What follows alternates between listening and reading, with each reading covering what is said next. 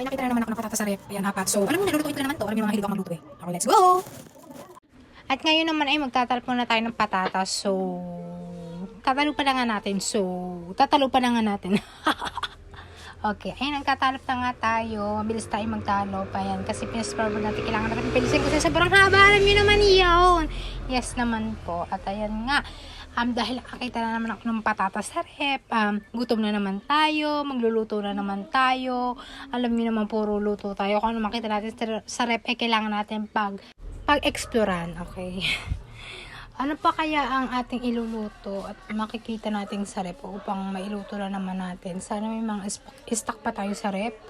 At tayo na nga ay magagayat na nga tayo. Nahulog pa ang cellphone ko. Diyos ko, masisira ang phone ko.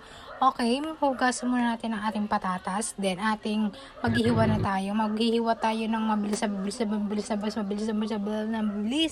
Okay, ayan nga. Hiniwa-hiwa na nga. Mekus na nga ito.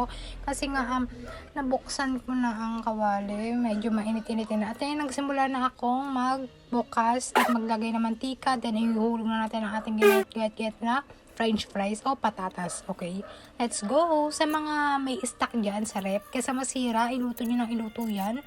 Dahil kung hindi nyo yung iluluto, talagang masisira. Ang mahal pa naman ng bilihin ngayon. Diyos ko, sakit sa ulo. Yan ang aking ginawa ka French fries. Paluto na. Yan. Kasi nakilagay natin dito. Asin. So, ayan ang akin niluto. Dalawa dahil tigisa kami ni mother. Ayan, tara, kain. At ito na nga ang niluto natin.